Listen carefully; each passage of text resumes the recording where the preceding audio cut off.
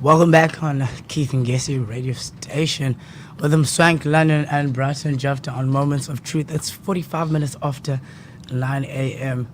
Hope everyone's good. I hope everybody having a good time. We got Lady P in the studio right now. You can hear her. In the house. Yeah, that's right. I'm gonna shoot right off to the weather at Bloemfontein with a low of 4, Durban 18, Johannesburg 9, Kimberley 6, Port Elizabeth 15, that is Gqeberha, Roodepoort with 8, Springs 8, Mlazi 18, Benoni 8, Boksburg 8, Cape Town 12, Germiston 8, Kempton Park 9, Pietermaritzburg 13, Pretoria 12, Soweto 8, Tembisa 9, Vereeniging 8, East London. We've got this top story with EFF's Malema pushes relocation of parliament from Cape Town to Tswana. Cape Town, if things go according to the EFF's wishes, the seat of parliament will be relocated from Cape Town to its administrative seat in Tswana. This emerged in the government's gazette, where EFF leader Julius Malema gave notice to table a private members' bill to provide for the relocation of the national legislature.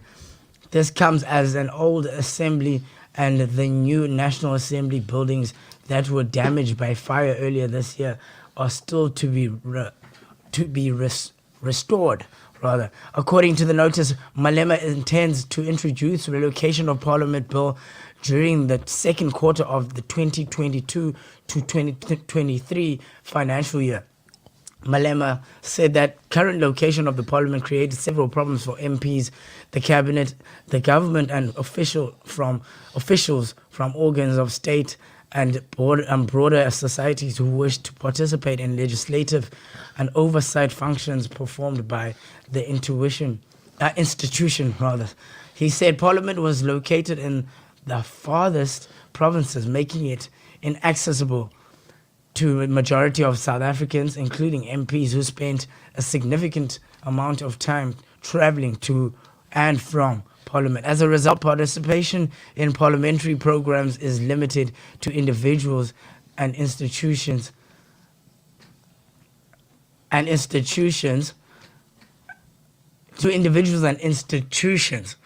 with financial resources, excluding those unable to travel to Cape Town.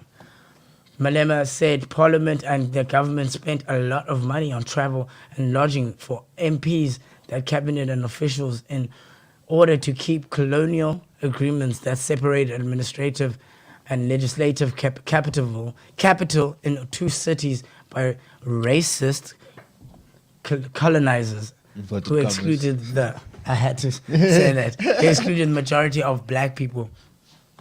What do you think about that? Because do you remember the story of how the parliament went into flames? There was a guy who got falsely accused for the arson. Well, he's still in jail, and apparently he has been denied bail. That's intense, actually. So yeah. He's still actually in prison right now. Ayanda Tabeta sets the record straight about her divorce from Andile Ngcuba. TV presenter Ayanda Tabeta recently took to Twitter to set the record straight about the end of her marriage with TV and radio personality host Andile Ngcuba. Many moons ago, Ayanda and Andile used to be one of the Mzansi's it couple. Of course, they have moved on since parting ways, with Ayanda most recently welcoming her first child with her partner. But controversial blogger Musa Kawula recently decided to stir the pot with a post about Ayanda and Andile. Remember when Andile Ngcuba and Ayanda Tabeta got divorced and they never spoke about the reasons behind the divorce? Kawula tweeted, Ayanda was quick to clarify that she and the reality TV star actually never got divorced, as they never signed a marriage certificate. First of all, we didn't get divorced because we never signed.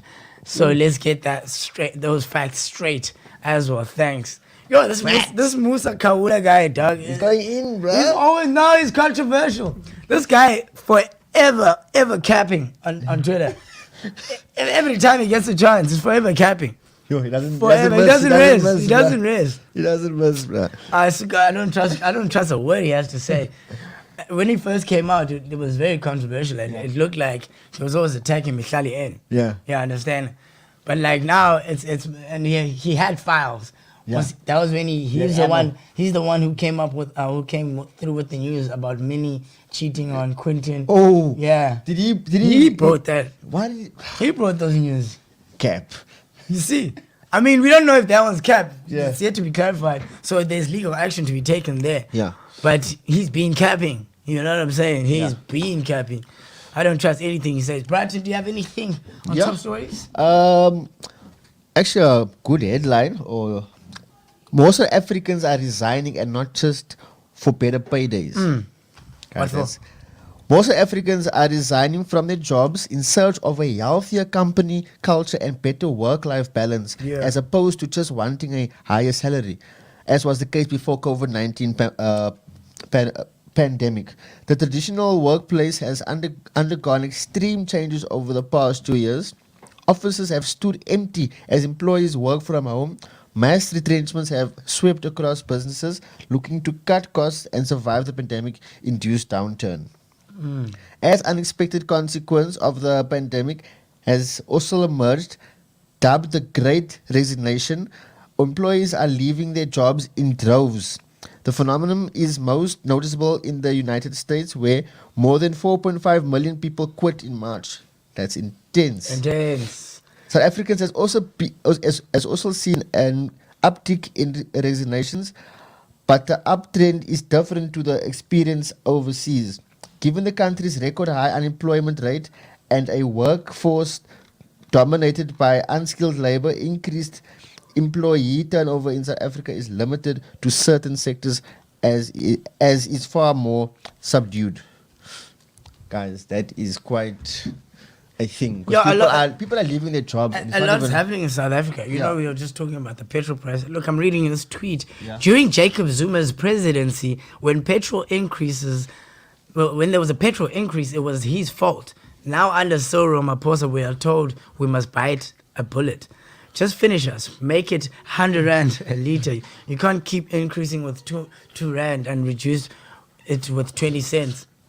That's one Twitter user expressing how they feel about petrol prices hiking on Twitter, and the handle is @AdvoBarryRoo. I think I agree with her at some point, because now they're playing like ping pong with us. They're like, Yeah, we increase. Okay, no, this will go down. Just give it to us straight, guys. Tell us so we prepared mentally. No, do you know what I mean? It's ridiculous. I think it's ridiculous. But yeah, like, I mean, This is killing us, guys. This is killing us. First you give us load shedding. I understand, and then we buy generators. Then you tell lift us. the fuel price. So when are we winning, Chief? No, like, think about it. You get a generator. We've got a generator, but now petrol's expensive. The generator uses petrol, bro. You know what I'm saying? And then when you say too loud, I mean, really, That's but actually a good point. share your opinion on how you feel about the petrol prices and the situation in the country They're right hitting now. us everywhere. On our WhatsApp, that is 065-970-2707. That is 065-970-2707. Mkhize, back on the trends. Zulu Girl on the move. Royal AM owner Mkhize announces new show. Mkhize took to Instagram to announce that she has a new show coming to TV. However, it is not a reality show, but a two-part special on BET Africa. The 30-second long teaser shows clips from her Thanksgiving ceremony. She is also seen riding a camel, where she reportedly how she arrived at the venue. Sorry. Take a look at the teaser when you have a chance on her Instagram. That is at Mkhize, and it's going to be on BET. So no more reality shows for the Royal AM owner. Sunday World reported that Mkhize will no longer be doing reality shows, as she has chosen to take a different route.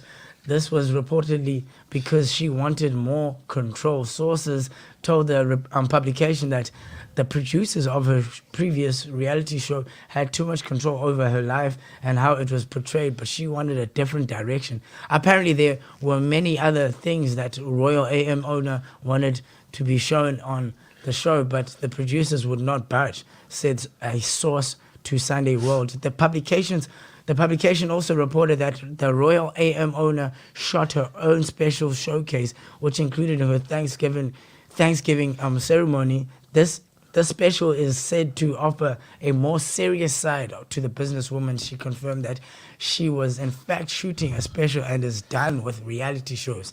Yes, I have been shooting a special. I will never go back to doing a reality show, she said. Wow. I get fans of Mam Kiza will be hurt to see that, I think, but like, I get where she's coming from. You know, it's showing a bit, because there's obviously more to her. She's a well-known business. She sees herself. She knows her worth. So that's Andile Mbisane's mom, guys, if you don't know Mam Kize. Yeah, I understand. I go by the name Mswenk London. This is Moments of Truth with Mswenk London and Bryton Japhta. 56 minutes after 9 a.m. Stick around for more entertainment news. And stick around, guys. Blame it on. Yeah, I understand that. Yeah. Stick around so we can have a good chat.